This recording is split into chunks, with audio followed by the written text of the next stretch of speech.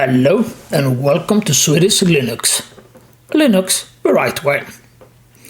Well, today we're going to talk about Is Linux Good Enough? Part 2. Today we're going to talk about why I believe Linux has a stronger future than Windows. One, it runs on old hardware. You're not forced by newer requirement when, for example, Microsoft Windows or Apple Mac OS release new versions. Old hardware that is just 4 or 5 years old are no longer supported, especially when it comes to Mac. Windows is a little bit different. They support longer, but it's on the horizon to change. You see, before Windows support very old hardware, but now they are cutting more and more. And we're going to see it today, how they are cutting the corners more and more. And this is, in the same time, the reason why Linux will grow. Because if you want to use Windows' full potential of the new Windows 24 H2, with the special AI CPU and AI processor, then you need to buy a new computer. And that's not so fun. I mean, for example, me have an old computer that is 4 years old. And should I throw it away? No. We will talk more about it right after this.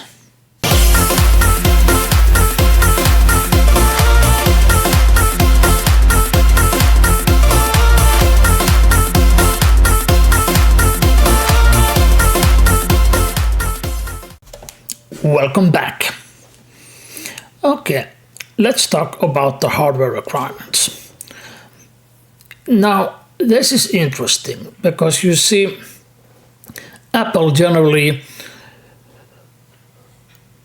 release its system every year, but every few years they cut some old machines. Generally, it's about 5 years. And when a computer is 5 or 6 years old, it usually don't get newer update. And I think that's really bad, because a 5-year-old computer, especially if you buy Apples, you pay thousands of dollars for it if you buy it new, of course, and then it's only 5 years old, and you're stuck on an older version of the operating system. Yes, you can install Linux on it, but you're very limited because so far, it's only one Linux version that works. Windows is a little better because it's going on with different parts of requirements. Here where Windows is tricky. Windows generally start to rise the bar of requirements. For example, 8th gen CPU, you need to have a special instruction possibility that will be in Windows 11 24 H2 version, which come later this year, and so on. But we don't know all the specifications. It could mean that this is the bare minimum that you can install it. Okay? But can I use it?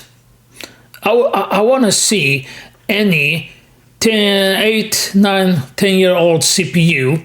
The first one arrived around 2010, Haswell, a CPU from Intel, for example, with 4 or 8 gig RAM to run Windows 11 24 H2 smoothly, and especially do something more hard on it, like, for example, recording OBS, doing some video editing.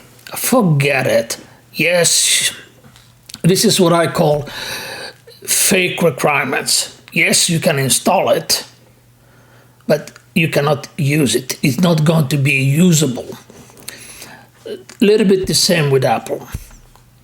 But Apple has 5 years requirements. So But here is the other problem. Now, if you want to use the system fully, to be able to use every part of the system, some function will not be able even on a 1 year or 2 year old computer, because it's been rumored that to be able to use Windows 11 24H2 fully and use all the AI functions, you're going to need a little bit of a AI CPU. And that's coming with the new systems. So if you want to use Windows fully, you're out of luck even with a brand new computer. So what I said before, I got a 4-year-old Ryzen 3950 with 128 gigabytes of RAM, NVMe disks, and some SS disk and some RPM disks.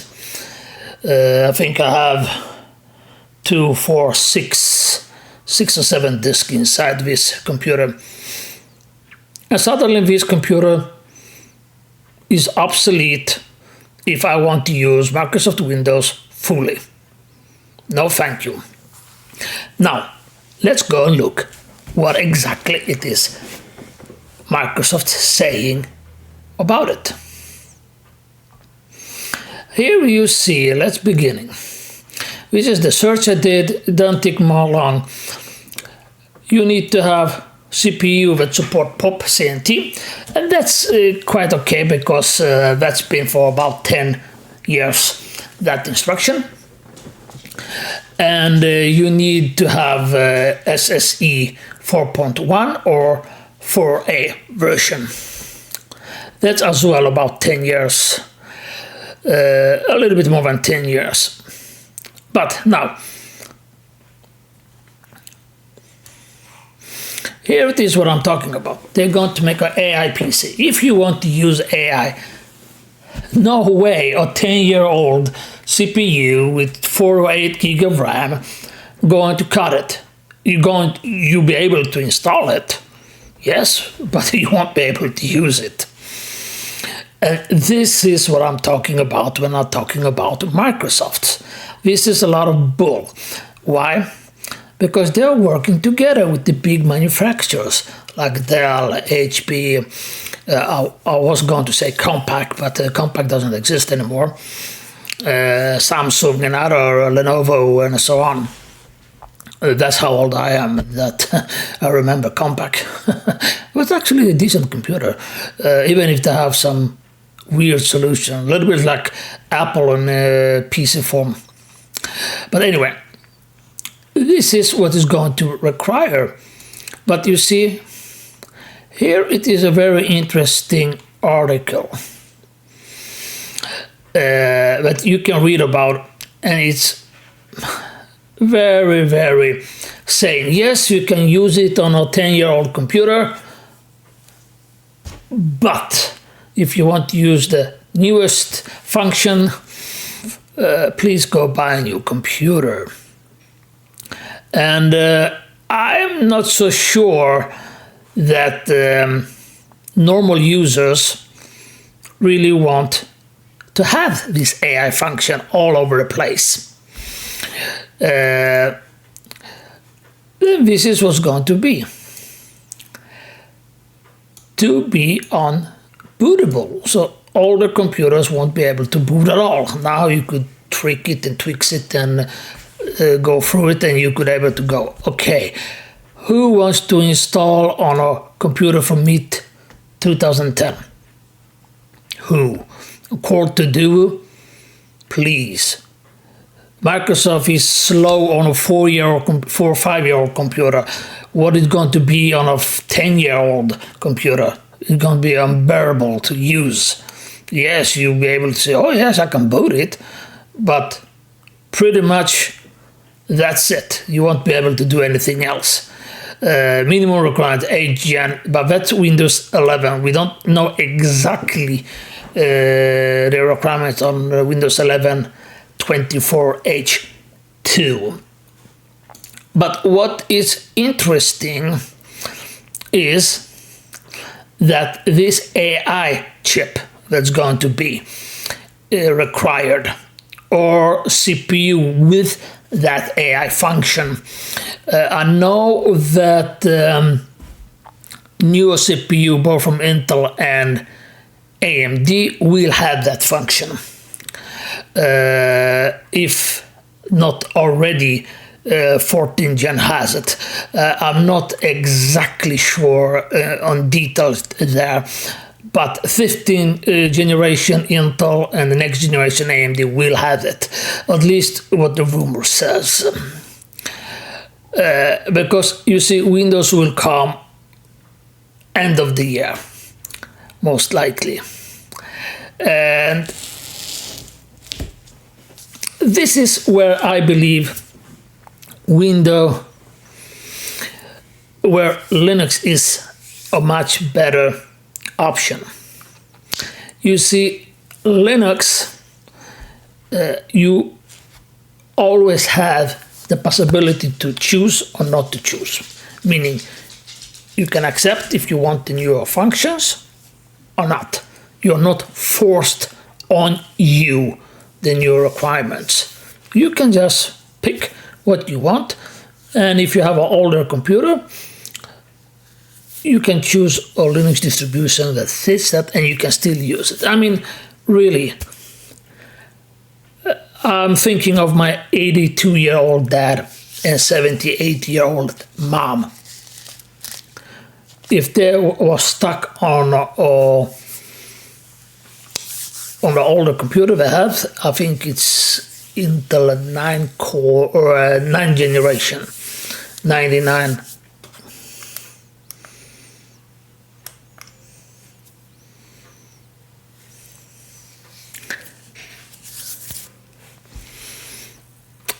I think it's 99 9 generation. And it's only with 32 gigs of RAM.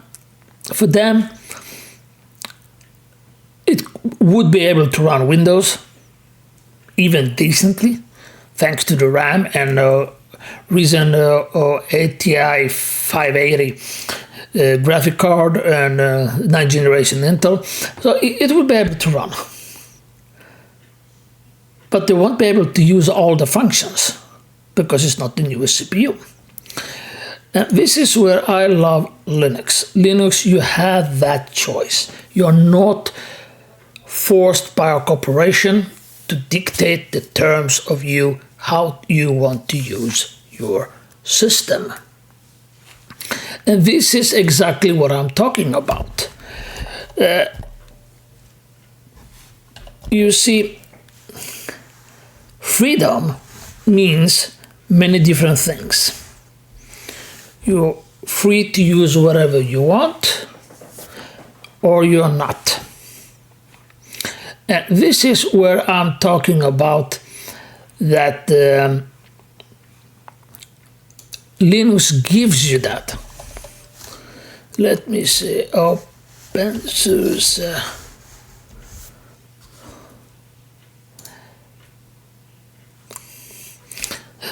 Linux gives you the option if you really want that function or you need. My parents won't need the AI function. For what? They're 82 years old. They don't need it. So, but if they, for some reason, say would it, they need to buy a new computer. And I'm pretty sure it won't be a $500 computer. It'd be a much more expensive computer. I'm pretty sure about it. So, this is why I love Linux, and especially Linux OpenSUSE Tumbleweed. I don't get any trackings, spyings, keyloggings. Microsoft sells data of how I use my computer, which in my personal opinion, that's a bug out. That's not of their business how I use and what I am doing on my computer, because they know as well on Mac, they know every single click you do on your computer is registered. Every single click in every single program, and everything you do with your computer from the minute you push the power button till you turn it off. They know everything. And that's not what they need to know. Yes, they are selling it, they are earning money on it. but you're not getting a piece of that cake. We don't give you a few percent of it. If that was the case, I would be in a different position. They are not giving you any option whatsoever. They are forcing their point of view. Their view is to earn money of you, on you. You have nothing to say about it. But in matter of fact, I do. Because I switched to OpenSUSE, Tumbleweed, or Leap, or Linux. And nobody can tell me what I'm going to do with my computer, how I'm using my computer. That's not in anyone's business, except my own. This is why I recommend everyone to use Linux.